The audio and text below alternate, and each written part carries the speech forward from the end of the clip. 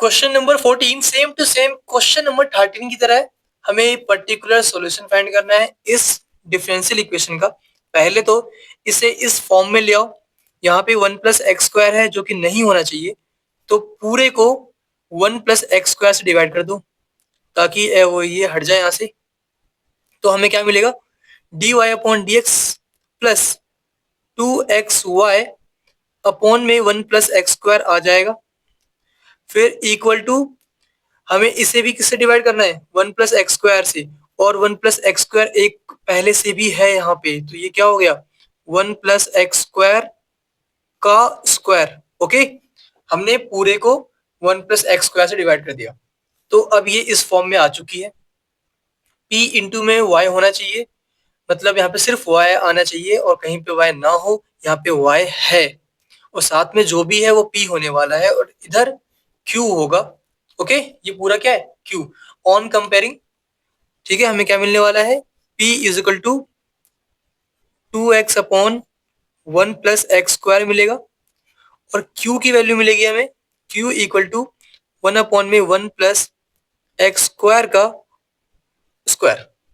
Okay, फिर हमें find करना होता है IF इंटीग्रेटिंग फैक्टर। कैसे फाइंड करते हैं, इक्वल टू e⁻p dx, है ना। p क्या है 2x अपॉन 1 + x² का इंटीग्रेशन करना है dx। तो बताओ इसका इंटीग्रेशन क्या होगा, जो कि करना काफी आसान है। हमें करना क्या है, मैं डायरेक्ट करने वाला हूँ, तो मैं यहाँ पे लिख देता हूँ। हमें इंटीग्रेट करना है 2 अपॉन में 1 + x²। ओके, आपको पता चल गया होगा कि इसे डिफरेंशिएट करने के बाद यही आने वाला है ना। तो मैं क्या करूंगा, लेट कर लूंगा 1 + x² equal to t on differentiating both side 2x dx equal to dt। तो मुझे dx की वैल्यू मिल जाएगी dt अपॉन में 2x, इसमें पुट कर दो तो इंटीग्रेशन 2x अपॉन में, इसे हमने t लेट किया है तो अपॉन में t, dx की वैल्यू है dt अपॉन में 2x, कैंसिल हो गया। तो क्या बचा, इंटीग्रेशन ऑफ 1/t, जो कि क्या होता है log mod t। ओके, और t की वैल्यू है क्या हमारे पास 1 + x², तो ये क्या आ गया log 1 + x²। इस चैप्टर में मोड की कोई वैल्यू नहीं है, मतलब इज्जत नहीं है, तो आप मोड ऐसे हटा दिया करो बस इस चैप्टर में। तो ये क्या आ रहा है हमारे पास, ये आ रहा है e⁻, इंटीग्रेट करने के बाद हमें मिला log 1 + x²। ओके, और हम जानते हैं ई से log कैंसिल हो जाता है शॉर्टकट में, है ना। तो ये कैंसिल हो गया, क्या मिला हमें 1 + x²।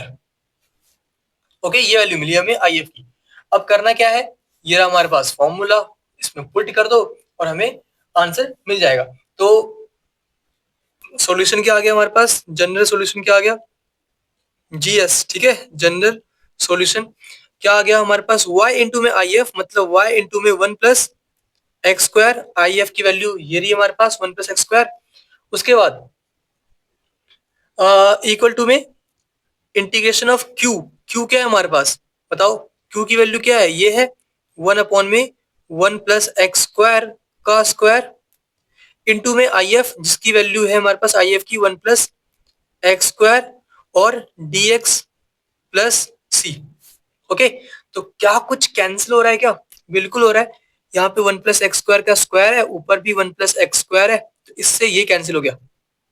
तो क्या बचा हमारे पास, हमारे पास वैल्यू बच रही है y 1 + x² इक्वल टू में, यहाँ पे बचा इंटीग्रेशन ऑफ 1 अपॉन 1 + x², जिसकी वैल्यू क्या होती है बताओ, सबको आना चाहिए ना, तो वो आता ही होगा 1 अपॉन में 1 + x² का dx का इंटीग्रेशन क्या होता है बताओ, tan इनवर्स x होता है कि नहीं होता, है ना। तो इसकी वैल्यू क्या आने वाली है tan इनवर्स x, तो पुट कर दो इसके अंदर, तो इक्वल टू में tan इनवर्स x प्लस सी। तो ये आ चुकी है हमारे पास जनरल सॉल्यूशन। लेकिन क्या निकालना है हमें, हमें क्या निकालना है पर्टिकुलर सॉल्यूशन। उसमें क्या होता है, हमें इस कांस्टेंट वैल्यू की वैल्यू फाइंड करनी है, इस कांस्टेंट की वैल्यू फाइंड करनी है। तो कैसे फाइंड करेंगे, हमारे पास जो गिवन है y = 0 x = 1, इसमें पुट कर दो। ओके, तो एट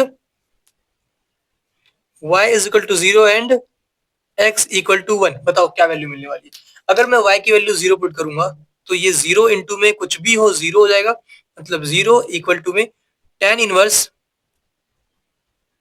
x क्या है 1, तो यहाँ पे 1 इक्वल टू सॉरी प्लस में प्लस प्लस है ना c, तो ये क्या आ गया 0 इक्वल टू tan इनवर्स 1, मतलब क्या हुआ tan इनवर्स 1 कब होता है tan में पाई बाय 4 पे प्लस सी, तो tan से tan इनवर्स कैंसिल, क्या बचेगा पाई बाय 4 बच जाएगा, है कि नहीं।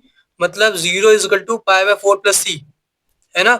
सी की वैल्यू क्या आई माइनस पाई बाय 4, इसको इधर ले आओ माइनस पाई बाय 4, तो ये जो वैल्यू आई है हमारे पास सी की, इस वैल्यू को इस इक्वेशन में पुट कर दो आप, ठीक है, इसमें पुट कर दो सी की वैल्यू माइनस पाई बाय 4 और हमारा आंसर कंप्लीट हो जाएगा। तो हमने पर्टिकुलर सॉल्यूशन निकाल लिया है, जो कि क्या है y ब्रैकेट में 1 plus x square equal tan inverse x plus minus pi by 4, okay, tan inverse minus pi by 4, ये हमारा आंसर कंप्लीट हो गया, ओके।